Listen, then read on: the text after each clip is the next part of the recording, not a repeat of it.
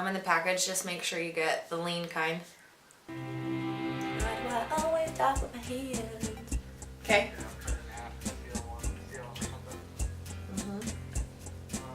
Somebody always calls me when I'm filming. Holy cow, it's been a ride.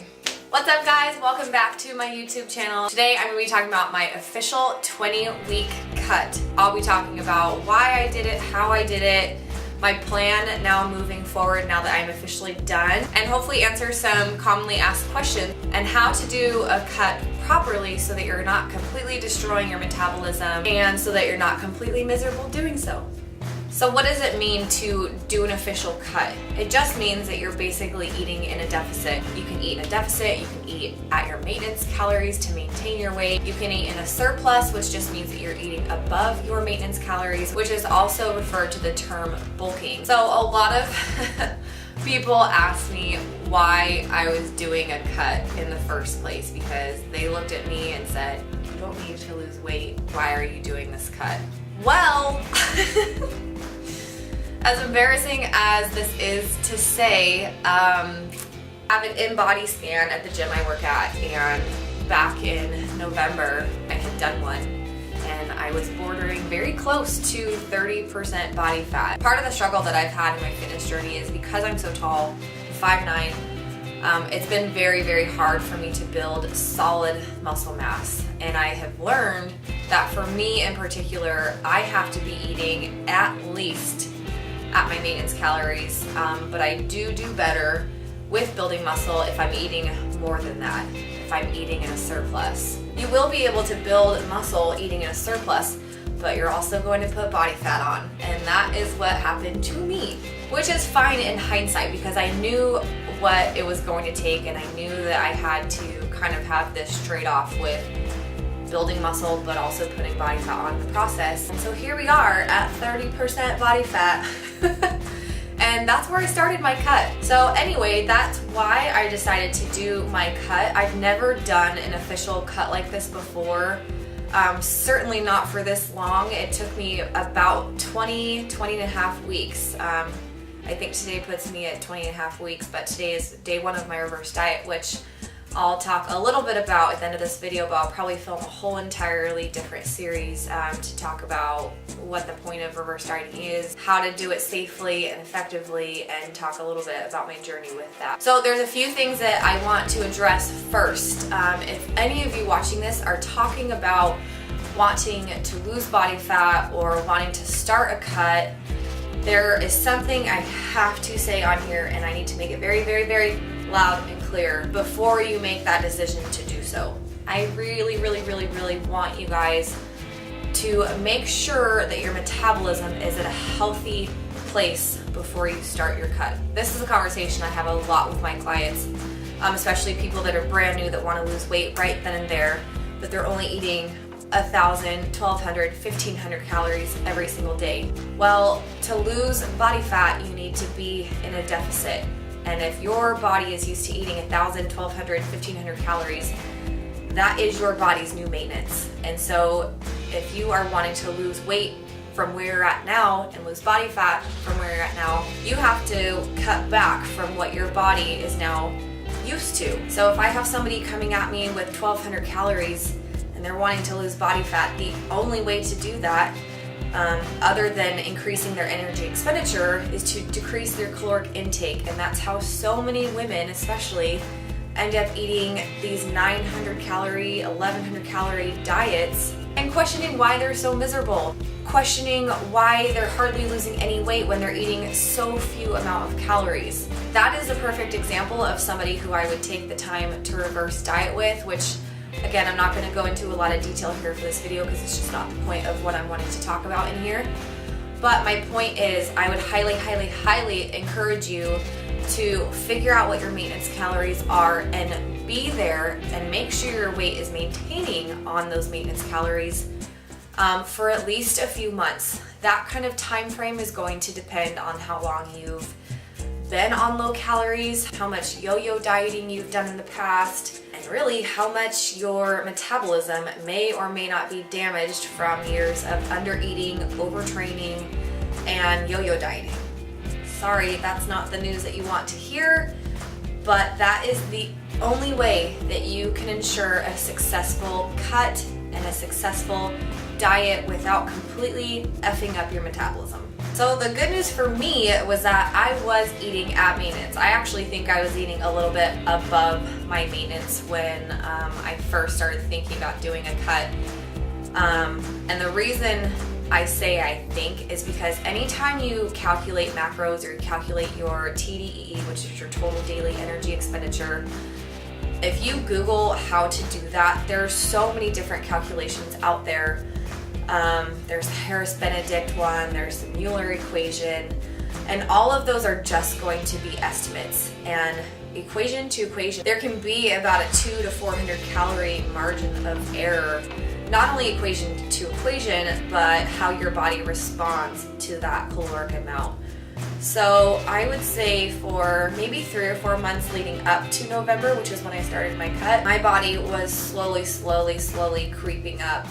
And I started my cut at about 157 pounds. So because of the fact that I was weighing myself a couple times a week and keeping track of that and slowly seeing it increase, I did realize that I was eating more than my maintenance, which on one hand I was okay with because I knew that that was what it was going to take for my body to build muscle mass.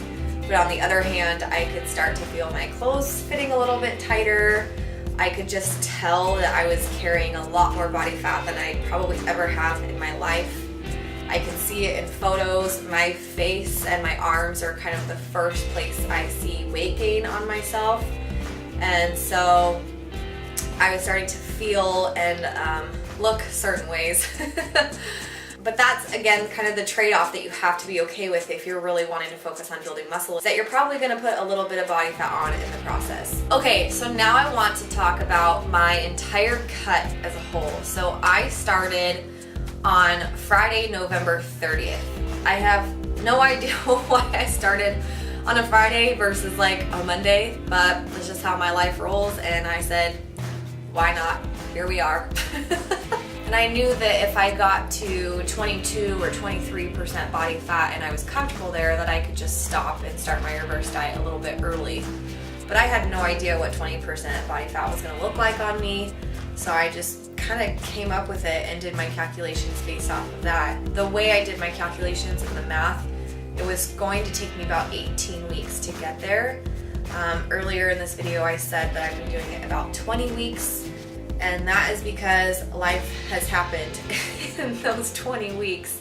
I went through Christmas and Thanksgiving and New Year's. We've taken several camping trips. I've had Vegas in there for a bachelorette party. I have had several life and social events thrown in there that I certainly have not been perfect navigating or managing, but that's just life. And so the good thing is I didn't have to be at this body fat percentage or this goal weight by a certain time. So I had a little bit more flexibility than somebody, say, who was doing like a bikini show or a figure competition or something like that, where they had to get to a certain body fat percentage by a certain goal date.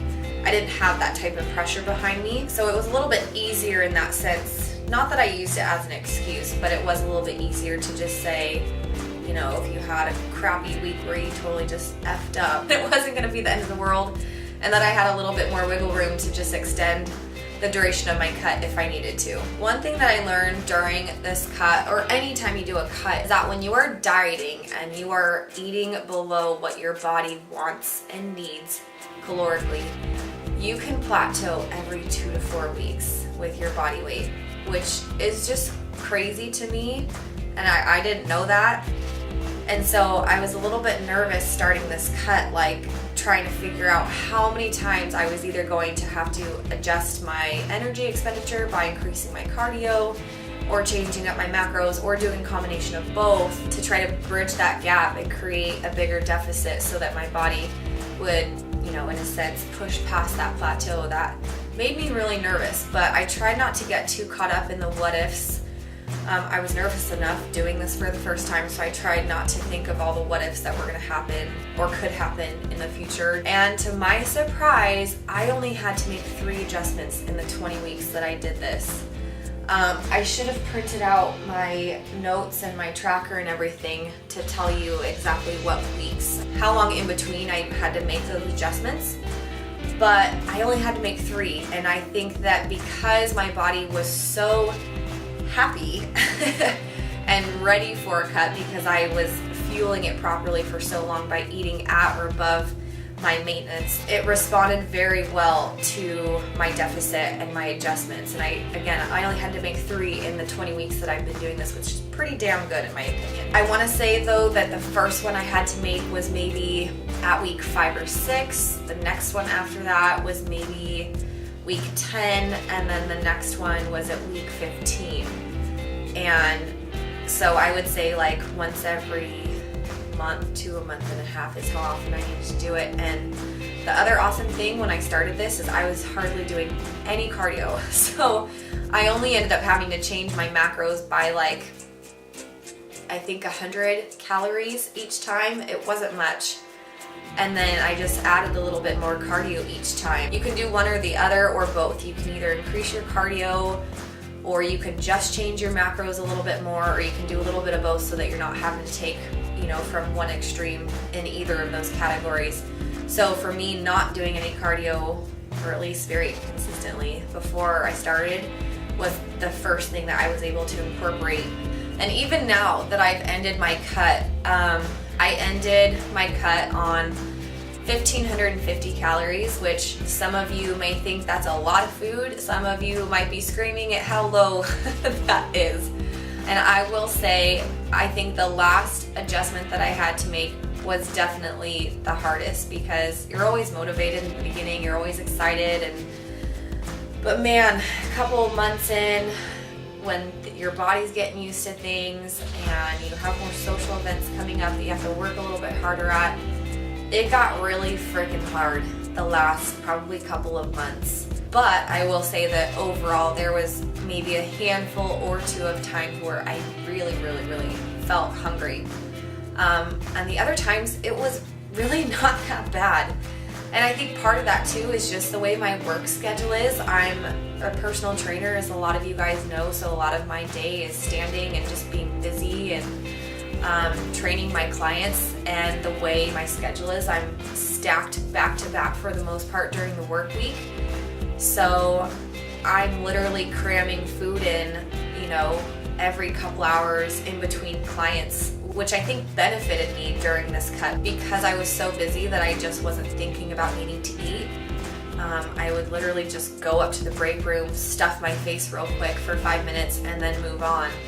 And so I think that helped me a lot. But overall, it was a really good experience. I started again at 157 pounds. And my weigh-in, my final weigh-in, I guess you could call it, this morning was 137.5. So I lost a grand total of just under 20 pounds, which seems like a lot on my frame. But you can definitely tell in my before and after photos, which I'll post to Instagram here shortly. And then I'll see if I'm clever enough to somehow put them in this video when I edit it. I'll be doing final measurements today. I have to wait for my husband to get home to help me with those. I haven't done a body scan in the last couple of months to see just how much of my weight loss has come from body fat versus lean body mass. But I have done it twice since I've started. Both times I did lose primarily body fat, but I did lose some lean body mass. And for the record, anytime you diet, you are going to lose a little bit of lean body mass. That's just going to happen.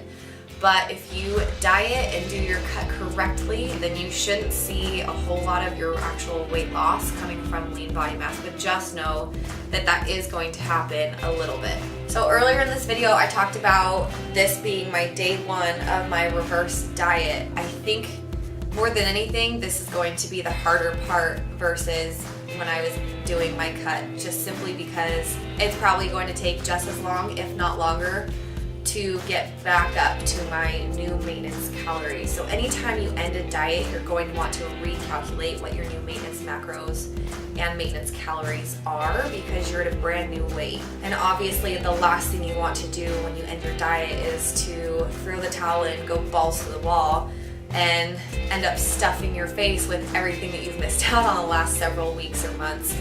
So that's why I think this is the harder part more than anything, because you still have to be very dedicated. You still have to be very precise in weighing and measuring your food, keeping track of your weigh-ins, your progress, how your clothes fit, all those types of things. And you have to be patient enough to still continue to put the work and the effort in to slowly increase your calories. And that's what basically reverse dieting is. It's slowly adding in calories back into your diet week to week so that you can repair your metabolism and allow yourself to eat more calories while minimizing the weight regain or the body fat regain that you've worked so hard to lose. I haven't done the math just yet to see how long it's going to take me to reverse diet. I would imagine probably 4 to 5 months if I had to guess, because I'm only adding in 3 grams of carbohydrates and 1 gram of fat a week, which I know sounds like nothing, but I'm taking the very, very, very conservative route in doing this so that I can maintain as much of my body fat loss as possible, because I worked really, really, really freaking hard the last 20 weeks to get here, and the last thing I want to do is ruin all of that because I'm too impatient to take the time to reverse diet. And when you look at the grand scheme of things over the course of the next 4 or 5 months, it's going to be hopefully closer to like 100 additional carbohydrates, maybe 20 to 25 extra grams of fat than what I'm eating now. I just need to do that very, very, very slowly. So I'll make a brand new video for you guys in the next coming weeks, just for a little bit of an update on my reverse diet and how things are going with that. One thing I want you guys to realize and to acknowledge when you are coming out of a diet and you are going to start a reverse diet is that no matter how slow you go, you are going to put body weight back on. But the slower and more controlled that you do this, then your chances of that being put on in excess will be a lot less. And that's the whole point of this, is to slowly add in those calories, repair your metabolism, and get it back to where your body wants to be, which is a healthy maintenance level. Alright you guys, that's the end of my video. If you have any specific questions about macros, training, how to do a cut, or anything like that, drop them below. Don't forget to subscribe, and I'll see you next time.